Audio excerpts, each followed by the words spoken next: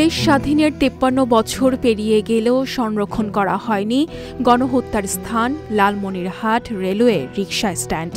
এই রিকশা স্ট্যান্ডে 4 শতাধিক বাঙালিকে দাঁড় করিয়ে গুলি করে হত্যা করে পাকিস্তানি হানাদার বাহিনী।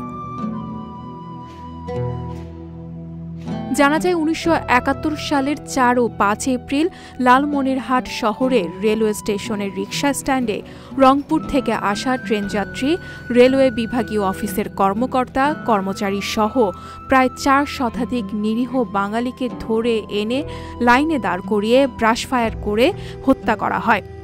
সেদিন গুলিবিদ্ধ মানুষগুলো মৃত্যু যন্ত্রণায় ছটফট করছিল। তখন তাদের দ্রুত মৃত্যু নিশ্চিত করতে ব্যানেট দিয়ে খুঁচিয়ে পৈশাচিক কায়দায় হত্যা করা হয়। পরে মরদেহগুলো ভ্যানে করে নিয়ে রেলওয়ে বিভাগীয় অফিসের পেছনে একটি গর্তে ফেলে দেয়, যেখানে গড়ে উঠেছে একটি গণকবর।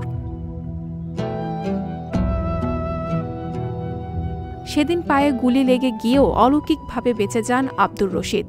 জেলা শহরের প্রবীণ ব্যক্তি রং মিস্ত্রি সেদিনের স্মৃতিচারণ করে জানান, আমাদের চতুর্দিক দিয়ে বিহারিরা ঘিরে ধরে আছে, আমরা মাঝখানে প্রায় নাই করে বোধহয় 300 লোক হবে। তারপরে বিহারিদের সরাই দিয়ে কতক্ষণ পরেই মানে বিহারিরা সরে গেল, তারপর ঢাটা করে মেরে দিল।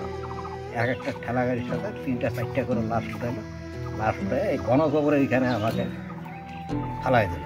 ফালাই দেওয়ার পরে তারপরে ফির আবার দেখি যে ওই গণকবরে দেখে বিভিন্ন জায়গার থেকে লোক হয় না, ওই গণকবরের ওইখানে বিরাট বড় বড় খাই ছিল। ওইখানে পানি দাও। আমি বলি, আল্লাহ পানি দাও, আমার পায়ে গুলি লাগা, হাতে গুলি লাগা, আমি তো নিজেই খাড়া হইতে পারি না, আমি তো উঠাবো কি করে। রিকশা স্ট্যান্ডের গণহত্যার স্থানটি স্বাধীনতার এতদিন পরেও শহীদের স্মৃতি সংরক্ষণ করা হয়নি। এখানে শহীদ স্মৃতি স্মরণে আলাদাভাবে মিনার নির্মাণ করার দাবি বীর মুক্তিযোদ্ধাদের।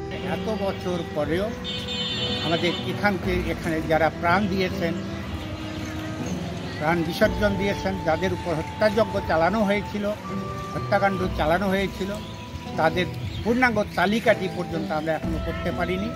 গুটি কয়েক মানুষ যারা রেলওয়ে এমপ্লয়ি ছিলেন তাদেরই নাম আছে, কিন্তু যারা আশপাশ এলাকা থেকে বহু নিরীহ মানুষকে, অসহায় মানুষকে যারা প্রাণ দিয়েছেন, তাদেরকে জড়ো করে নিয়ে এসে ব্রাশ ফায়ার চালানো হয়েছিল তাদের উপর, তাদের তালিকাটা আমরা এখনও করতে পারিনি। আমরা দাবি করি এখানে তাদের নামে একটি স্মৃতিস্তম্ভ করা হোক আলাদাভাবে, এবং পরিপূর্ণ একটি তালিকা প্রণয়ন করা হোক। এই বর্বর হত্যাকাণ্ডের সাক্ষী রেলওয়ে গণকবর। তৎকালীন এখানে ছিল গর্ত, সেখানে লাশগুলো স্তূপ করে রাখা হয়েছিল। পরে লাশগুলো স্থানীয়রা সেখানেই মাটি চাপা দেয়। বিহারিঘাট লালমনিরহাট স্টেশনে মানুষ মাছ ধরছিল আর মারছিল, আনিয়ে এখানে একটা খাল ছিল, গর্ত ছিল, এখানে ফেলাই দিয়েছে বুঝছেন। এই জন্যে এটা আমরা সবাই মিলি গণকবর এটা সরকার করে দিয়েছে। গণকবর এটা আমাদের বাংলাদেশ রেলওয়ে, তৎকালীন পাকিস্তান রেলওয়ে ছিল, রেলের এই রিক্সা স্ট্যান্ড, এখান থেকে রেলের বিল্ডিং থেকে সবাইকে ধরে নিয়ে সেনাবাহিনীরা ধরে নিয়ে রিক্সা স্ট্যান্ডে লাইন সিরিয়াল করিয়া সবাইকে গণহত্যা করার পরে সুইপার দিয়ে তাদেরকে নিয়ে এসে এখানে ডোবা ছিল, এই ডোবা জায়গায় আসিয়া ফালাইছে, স্তূপ করছে, স্তূপ করিয়া এটা গণকবর। পরে তারপরে আমরা কিছু লোক স্বাধীনতার পরে কিছু লোক এটা দেখিয়ে আমরা মাটি দিয়ে চাপা করে দেই, এবং তারপরে আমরা এটা গণকবর হিসেবে রূপান্তর করি।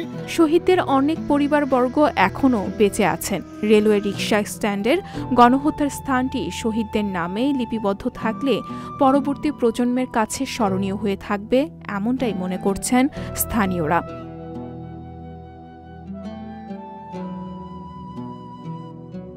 সংবাদ, ফিচার ও অনুষ্ঠানের জন্য ভিজিট করুন সংবাদ প্রকাশের ওয়েবসাইট এবং যুক্ত থাকুন ফেসবুক পেজ ও ইউটিউব চ্যানেলের সঙ্গে।